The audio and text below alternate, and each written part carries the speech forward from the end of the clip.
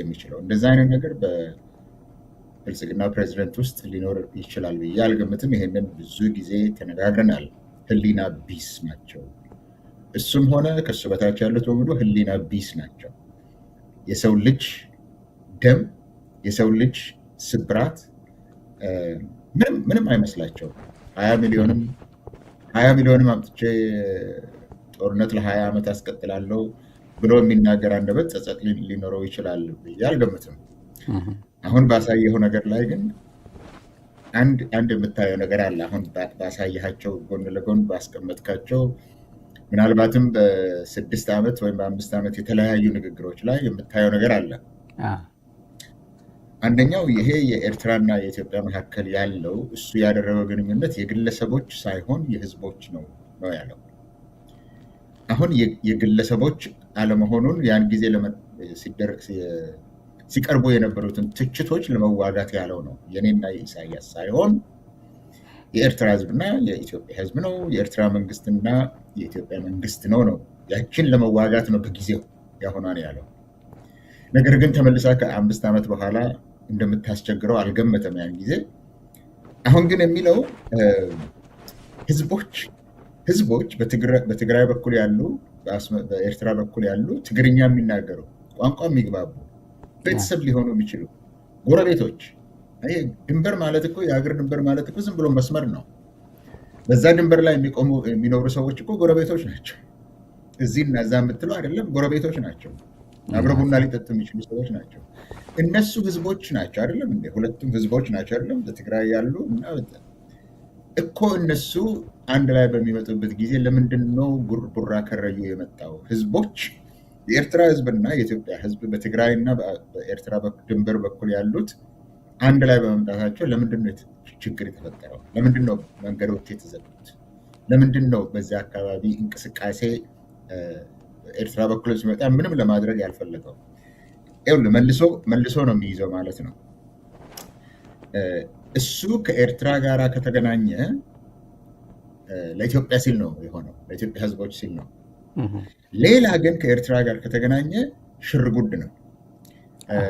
ተመሳሳይ ግድያን፣ ጥፋትን፣ ውድመትን፣ ዝቅጠትን ሊያመጣ የሚችለው እሱ አለቃ ካልሆነበት ነው።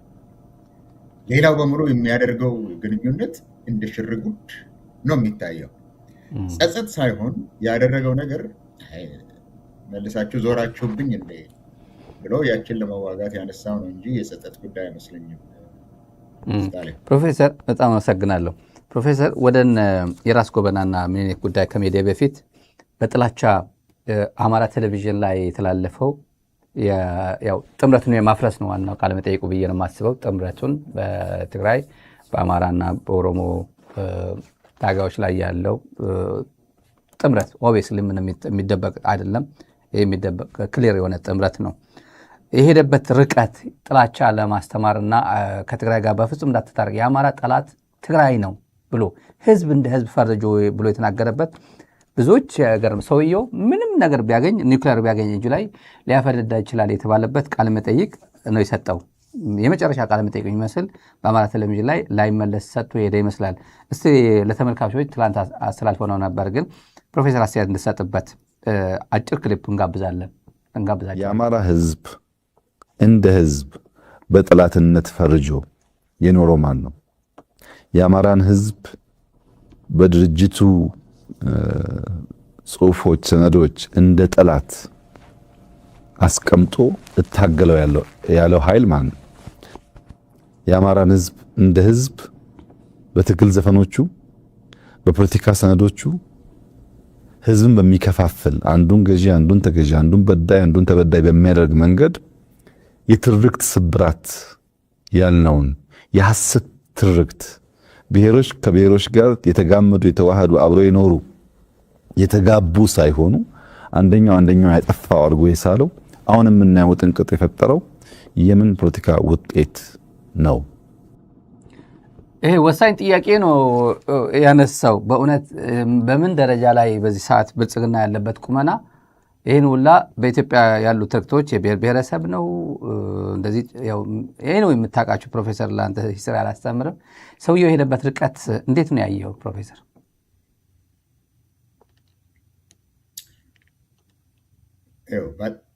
አጠቃላዩን ነው ማየት ያለብን። ከዛ ወደ እያንዳንዱ እንምጣ። እዚህ ላይ ይሄ አስቸጋሪ ነገር ነው ለመስማት ለእኔ ነው። የትናንቱን ላስተካክል ስብራቱን ላስተካክል እያለ አይደለም። ለምን አትጣሉ ነው፣ ለምንድን ነው የማትዋጉት ነው የሚለው ያለው። ማለትም የአማራን ህዝብ እንደ ህዝብ ነው ያለው።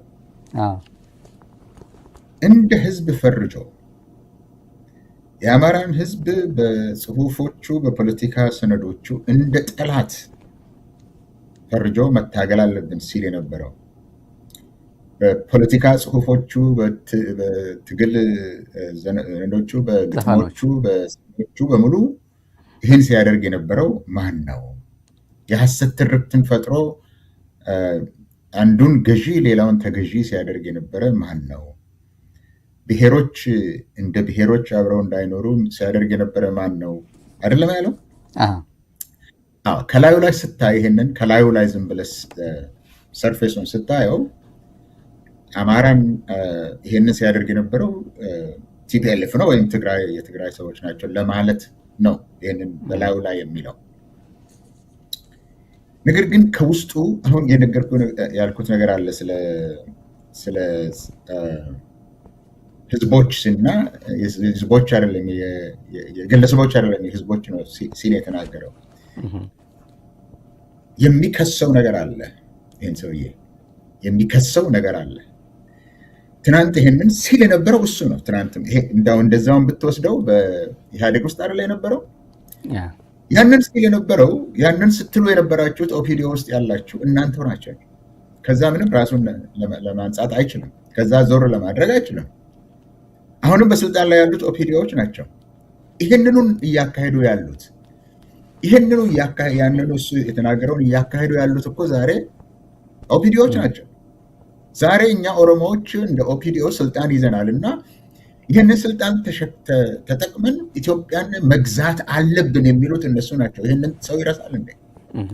ሌሎቻችን ኦሮሞዎች የሆንን እኮ እኛ ለዚህ አልታገልንም። ለእኩልነት ነው የታገልነው እንጂ ማንም በላይ በሌላ ላይ የበላይ እንዲሆን አይደለም። እሱ ግን የዛው ፓርቲ አባል የነበረ ሰው ነው።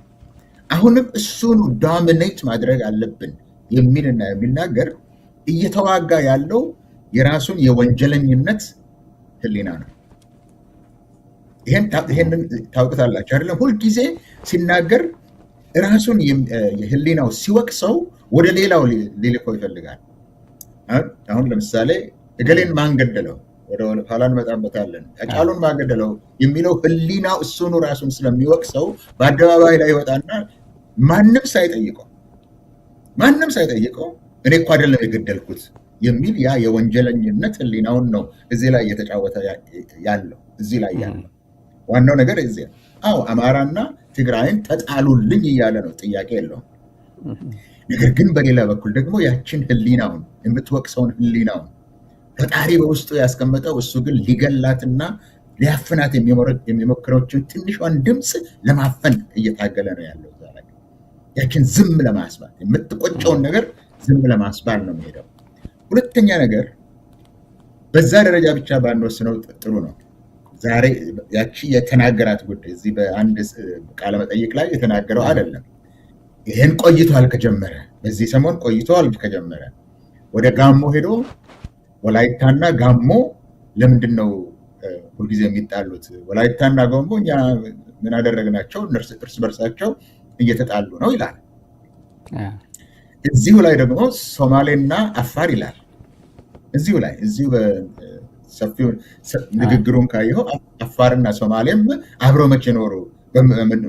መሬት ላይ ሲጣሉ ነው የሚውሉት ይላል።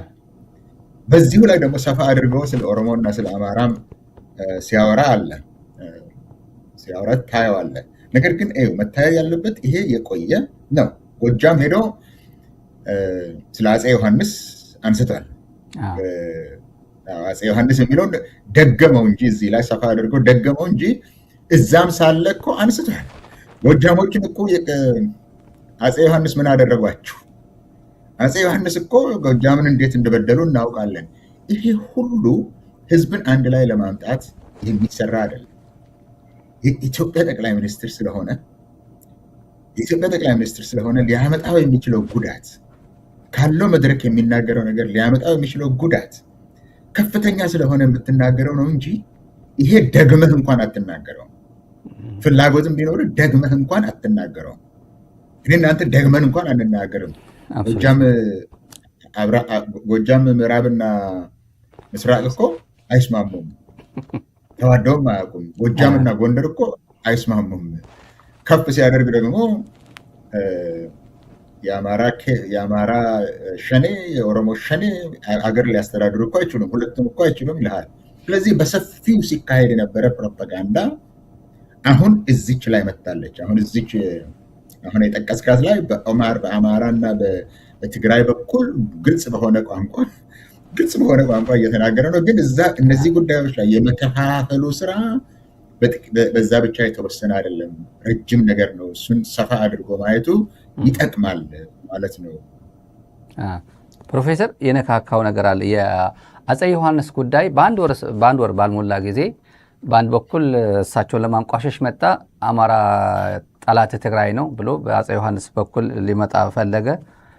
የጎጃም ጨፍጫፊ ነው ብሎ፣ በሌላ በኩል ደግሞ አፄ ዮሐንስ እንደ ቪክቲም ሆኖ ለኢትዮጵያ እንደተሰዉ የኢትዮጵያ ዲፈንደር እንደነበሩ፣ ይልቁንስ አሁን የአፄ ዮሐንስ ልጆች የሆኑ የልጅ የሆኑ ያው ተጋሩ ማለት ነው። በሱ በኩል መጥቶ ደግሞ ከነሱ ገዳዮች ከጅርቦች ነው ከሱዳን ከግብፃውያን ጋር እያበሩ ነው።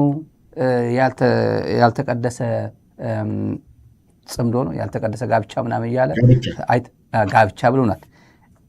ኮሬክት እያደረገ ነው። ባለፈው ባክፋየር ስላደረገበት ፕሮፌሰር ባለፈው አይተዋል።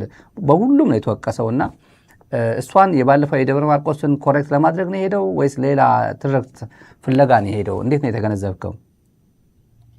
ይኸውልህ ስታሊን፣ እኔ በሚዲያም ይሁን በግልም ከአንተ ጋርም ከሌሎች ጋርም ስናገር አብይን ሌሎችን ህሊና ካላቸውና አእምሯቸው ከሚሰራ ሰዎች መስፈርት በዛ መስፈርት አብይን ማየት ትክክል አይደለም ነው የሚለው። አሁን አንተ የምትለው አእምሮ ያለው ሰው አንድ ቦታ ያለውን አንድ ቦታ አይደግመውም ነው አይደለም የምትለው። አብይን በዛ አይነት መፈተን አትችልም። የሚናገረው ለጊዜው ነው፣ ለዛች ጊዜ ነው የሚናገረው። ጎጃም ላይ በተናገረበት ጊዜ ጎጃምንና የጎጃም ላይ ያሉትን እንቅስቃሴዎችንና የትግራይ እንቅስቃሴዎችን አንድ ላይ እንዳይሆኑ ነው፣ ለዛች ሞመንት ነው የሚናገረው። አፄ ዮሐንስን ሲጠቅስ በዛ ላይ አፄ ዮሐንስ እንደጎዱት ነው፣ የጎጃምን ህዝብ እንደጎዱት አድርጎ ነው፣ እንደ ጀግና አድርጎ አይደለም ያቀረባቸው፣ እንደ ጎጂ አድርጎ ነው ያቀረባቸው። እንደ ወራሪ እንደ ጨቋኝ አድርጎ ነው በዛን ቀን ያቀረበው። ለምን? ለዛች ጊዜ ትጠቅመዋለች። ያቺ ጊዜ ምንድን ነው? ጎጃም ላይ ጠንካራ የሆነ የፋኖ እንቅስቃሴ አለ። ያ እንቅስቃሴ ደግሞ ጥምረትን ለመፍጠር እየሞከረ ነው ከትግራይ ኃይሎች ጋር ከሌሎችም ኃይሎች ጋር። በዛች ሞመንት ጎጃምንና የጎጃም ኃይሎችና የትግራይ ኃይሎች አንድ ላይ እንዳይመጡ። በነገራችን ላይ የሚናገረው ለመሪዎቹ ብቻ አይደለም እኮ ለህዝቡ እኮ ነው የሚናገረው። የሚናገረው እኮ የጎጃምን ህዝብ እንዴት ትረሳለህ? እንዴት እነዚህ የኔ ልጆች ነው የምትላቸው የጎጃም ፋኖች እንዴት ከአፄ ምኒልክ ከአፄ ዮሐንስ የልጅ ልጆች ጋር ሲጣምሩ ዝም ብለህ ታያለህ ነው። ለምን ታያለህ ብሎ ህዝቡን ነው እየመረዘ ያለ ለዛች ጊዜ። ይሄኛው ዮሐንስ የተገደሉበት ማን ነው የገደለው አይነት ጥያቄ የሚያነሳው፣ አዎ እናውቃለን፣ የገደሉት ደርቬሽ የሚሏቸው ናቸው። ይህ ነው እንግዲህ በታሪክ የምናውቀው። በዛ ላይ ነው የሞቱት አፄ ዮሐንስ ለኢትዮጵያ ሲታገሉ መተማ ላይ ተሰዉ ነው እስካሁን ድረስ የምናውቀው ታሪክ። አንደኛው ከጎጃሙ የቀጠለ ነው። ማለትም ጥምረት መሳካት የለበትም የሚለው ያው መሰረታዊ ነገር ነው በሁለቱ መካከል ያለው። ነገር ግን ቢሳካም ጥምረቱ ቢሳካ ደግሞ እንዳይደገፍ ህዝብ እንዳይደግፈው ነው። ይሄ ከመጀመሪያም ጀምሮ የነበረ ነው። ሶስተኛ ልሂቁን መከፋፈል